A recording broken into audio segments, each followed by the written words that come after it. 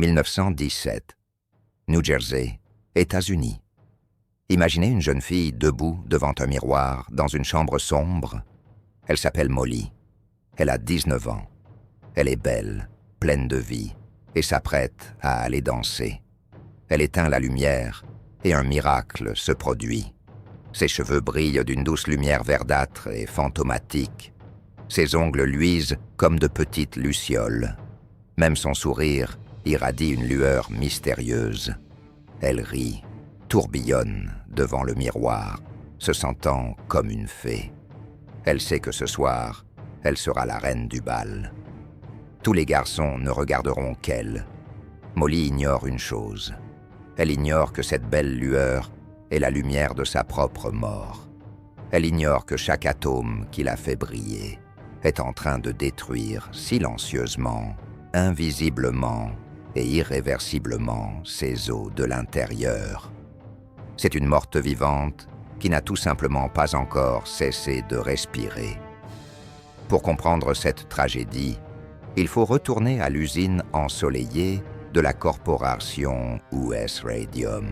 Pour les jeunes filles de la classe ouvrière du début du XXe siècle, obtenir un emploi ici était le summum du rêve.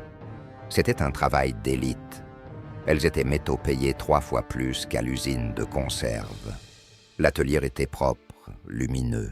Les filles étaient assises à des bureaux confortables, vêtues de leurs plus belles robes. On les appelait les filles fantômes, Ghost Girls. Mais à l'époque, cela sonnait comme un compliment. Leur tâche était simple et délicate. Peindre les cadrans de montres pour les soldats combattant lors de la Première Guerre mondiale. Dans les tranchées, il faisait sombre et les militaires avaient besoin de montres qui brillent. La peinture s'appelait Undark. Son ingrédient principal était le radium, un nouvel élément magique découvert par Marie Curie. À cette époque, le radium était considéré comme une panacée, un élixir de vie. Le monde était devenu fou du radium. Les pharmacies vendaient de l'eau au radium pour le tonus, du dentifrice au radium pour la blancheur, des cosmétiques au radium pour le rajeunissement. Les médecins le prescrivaient contre l'arthrite et la fatigue. Les gens croyaient que la radiation était l'énergie de la vie. Personne ne savait que Marie Curie mourait déjà d'une anémie aplasique causée par sa découverte. Des centaines de filles travaillaient à l'usine du New Jersey. Le travail était minutieux, les chiffres sur les montres étaient minuscules, seulement quelques millimètres. Pour appliquer la peinture lumineuse avec précision, le pinceau devait être pointu comme une aiguille. Mais les poils du pinceau s'ébouriffaient constamment. C'est alors que les instructeurs de l'usine ont appris aux filles une technique qui deviendrait leur arrêt de mort. L'instruction était la suivante: lip, dip, paint, lisser, tremper, peigner. 1. Lisser. La fille portait le pinceau à ses lèvres et affinait la pointe avec sa langue. 2. Tremper. Elle plongeait le pinceau dans le petit pot de peinture lumineuse. 3.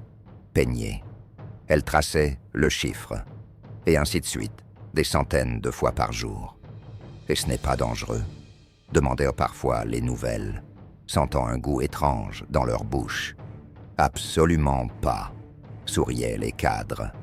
Le radium est bon pour la santé. Il vous rendra rose et saine. Les médecins disent qu'il améliore la digestion. Les filles les croyaient. Elles étaient si sûres de la sécurité qu'elles ont commencé à jouer avec la peinture. À la fin de leur service, pour s'amuser, elles se peignaient les ongles, saupoudraient leurs cheveux de poussière de radium, dessinaient des motifs lumineux sur leurs dents pour effrayer et amuser les garçons lors de leur rendez-vous. Elles se baignaient littéralement dans la radiation. Chaque fois qu'elles léchaient le pinceau, elles avalaient une dose microscopique de poison. Mais le radium est un tueur sournois. Il ne tue pas immédiatement comme le cyanure. Il sait attendre. Le piège chimique résidait dans le fait que le radium, par sa structure, ressemble beaucoup au calcium. Le corps humain recevant du radium, pense « Oh, c'est du calcium, excellent matériau pour les os ». Et au lieu d'éliminer le poison, l'organisme l'intègre avidement dans le tissu osseux. Le radium se déposait dans les mâchoires, les fémurs, la colonne vertébrale. Et il commençait à bombarder les cellules voisines de particules alpha.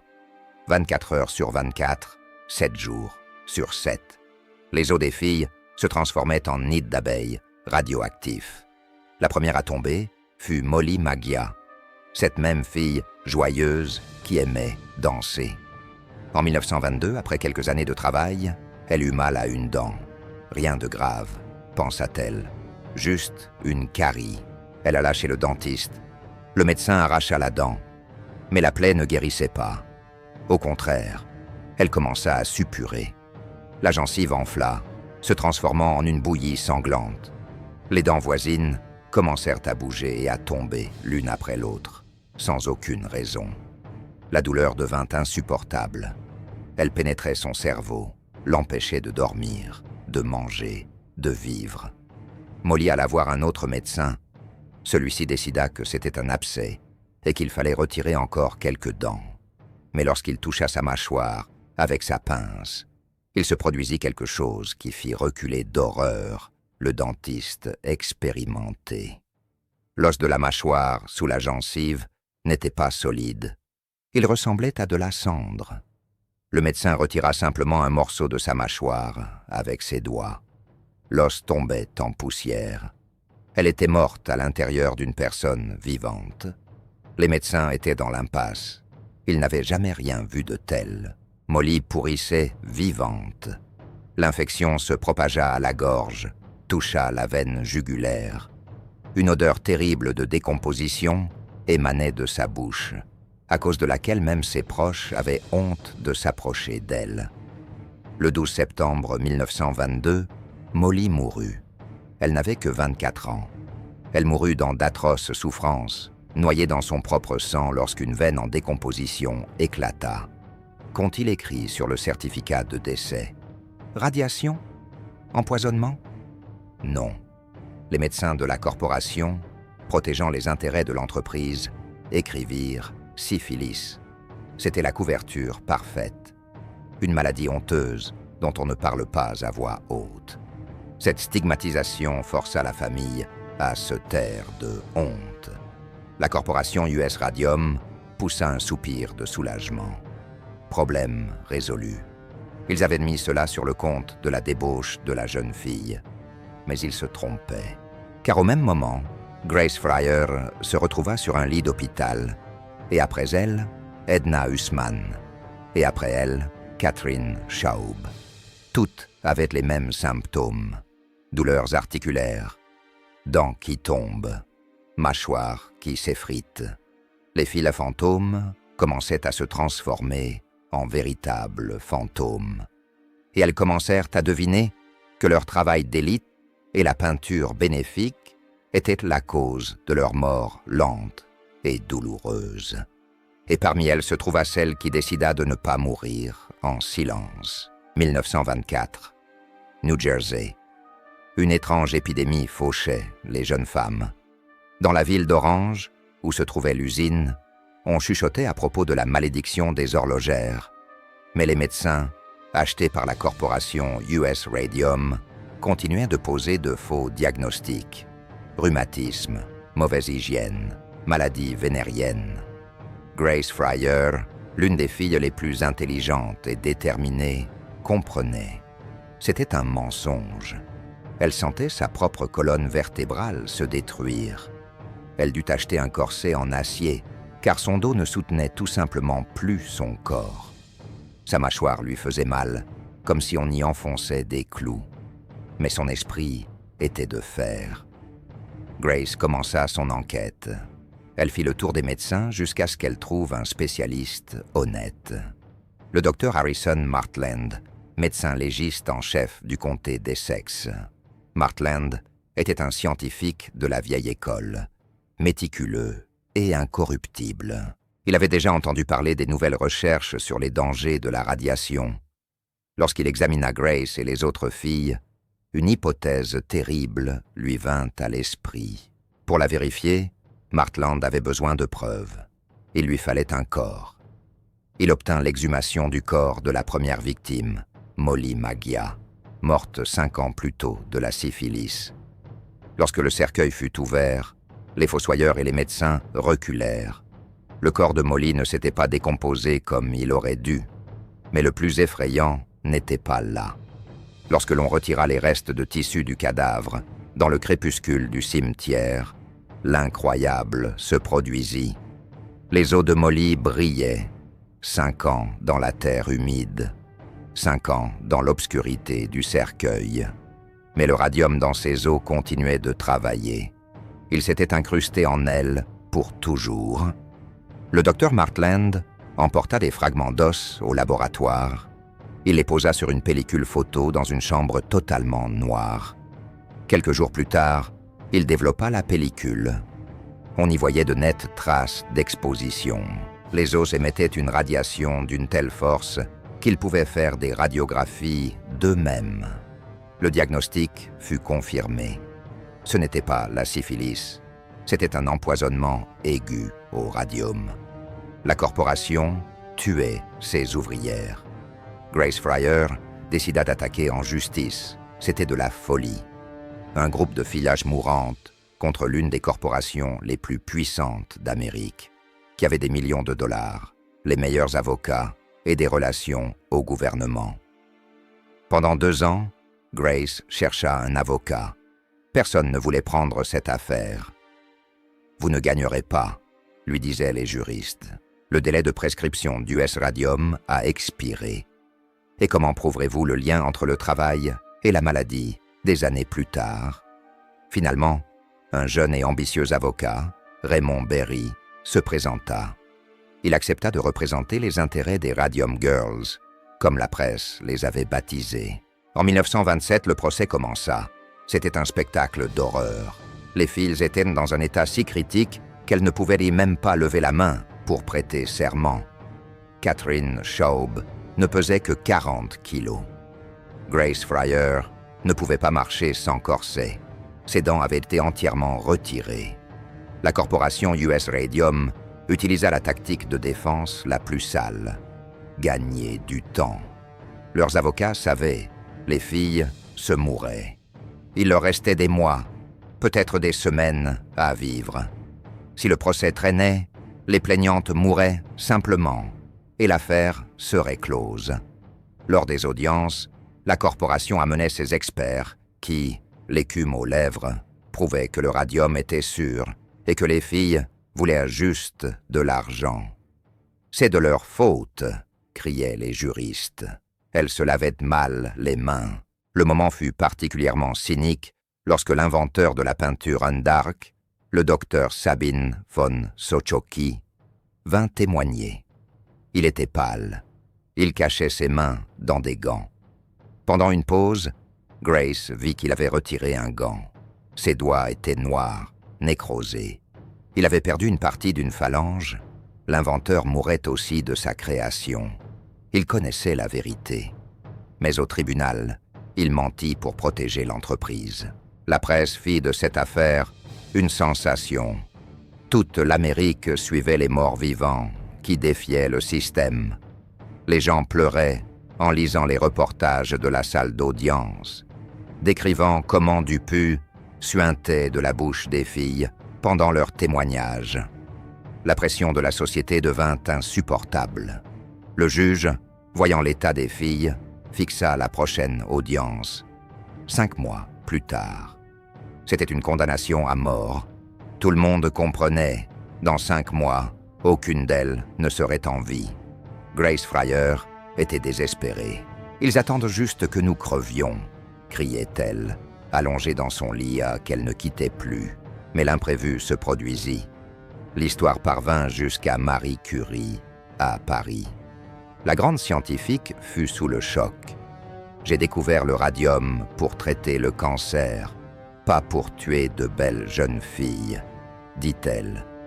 Il n'y a aucun moyen d'extraire le radium des os. Elles sont condamnées. Mais elles doivent obtenir justice. Les mots de Curie furent la goutte d'eau qui fit déborder le vase. Le juge, sous la pression publique, avança l'audience à une date plus proche. La corporation comprit qu'elle perdait la guerre de l'information. Leur marque devenait toxique. Les ventes de montres lumineuses chutaient. Ils proposèrent un accord. Nous verserons à chacune 10 000 $, une somme énorme pour l'époque, environ 150 000 aujourd'hui. Et nous paierons tous les frais médicaux jusqu'à la fin de leur vie, ainsi qu'une pension annuelle. Mais il y avait une condition. Les filles devaient admettre que la corporation n'était pas juridiquement responsable, juste une aide humanitaire. L'avocat Berry demanda à Grace « Que faisons-nous? Vous pouvez refuser et vous battre jusqu'au bout, mais vous risquez de ne pas vivre jusqu'au verdict. Et alors vos familles resteront sans rien. » Grace regarda ses amis. Quinta MacDonald ne pouvait plus parler. Edna Ousmane respirait avec difficulté. Elle mourait. Elle n'avait pas besoin d'argent. Il n'y a pas de magasin dans l'autre monde. Mais leur famille avait pas besoin d'argent pour payer les funérailles et les dettes aux médecins. Grace accepta l'accord. Elles avaient gagné, formellement. Sur la photo après le procès, elles sont assises en rang, de beaux visages jeunes. Mais dans leurs yeux, le vide.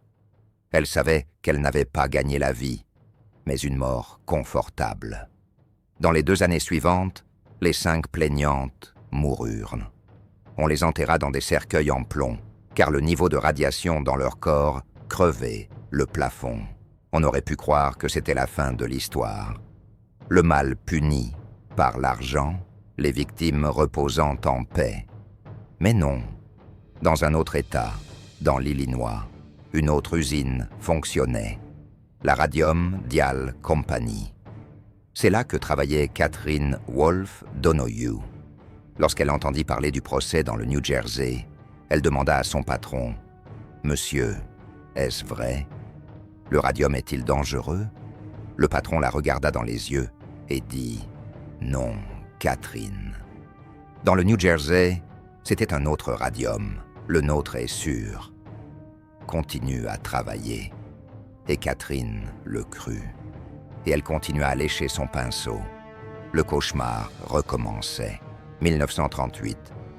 Ottawa, Illinois. 10 ans s'étaient écoulés depuis le procès du New Jersey, mais la leçon n'avait pas été apprise. L'avidité s'est avérée plus forte que la peur. Catherine Wolfe Donohue, qui travaillait à l'usine Radium Dial, se mourait. Elle était différente, pas comme Grace Fryer. Grace était une combattante intellectuelle. Catherine était une femme simple, une mère qui voulait juste gagner sa vie pendant la Grande Dépression. Lorsque ses dents commencèrent à tomber et qu'elle apporta un morceau de sa propre mâchoire à son patron, celui-ci balaya simplement le problème d'un revers de main. La compagnie Radium Dial effectua même un examen médical de ses employés. Le médecin de l'entreprise découvrit chez toutes des signes d'empoisonnement par radiation. Mais dans les rapports remis aux filles, il était écrit « santé excellente ». De plus, lorsque le scandale commença à éclater, l'entreprise vola secrètement les dossiers médicaux et les résultats d'autopsie des filles décédées et tenta de les brûler. Il brouillait les pistes. Catherine pesait moins de 35 kilos. La tumeur sur sa hanche avait la taille d'un pamplemousse. Elle ne pouvait pas marcher. Mais lorsqu'elle comprit qu'on l'avait trompée, qu'on lui avait menti en face pendant 10 ans, sachant qu'on la tuait, une rage de berserker s'éveilla chez cette petite femme. « Ils ont pris ma vie, dit-elle, mais je prendrai leur réputation. » En 1938, un nouveau procès commença. Cette fois, le monde avait changé. La radiation n'était plus considérée comme de la magie. Les gens savaient que c'était la mort. Catherine fut portée dans la salle d'audience à bras d'homme. Elle témoigna allongée sur un canapé, car elle ne pouvait pas s'asseoir. À côté d'elle se trouvait une tasse dans laquelle elle crachait du sang et des morceaux d'os. Elle parlait doucement, mais il régnait un tel silence dans la salle qu'on pouvait entendre une mouche voler. Elle montra sa boîte au juré. Elle ne contenait pas de bijoux. Elle contenait des dents et des fragments de sa mâchoire qu'elle avait conservés comme preuve. L'avocat de la compagnie tenta de jouer la carte de l'expiration du délai de prescription. « Madame Donohue a démissionné il y a des années », déclara-t-il.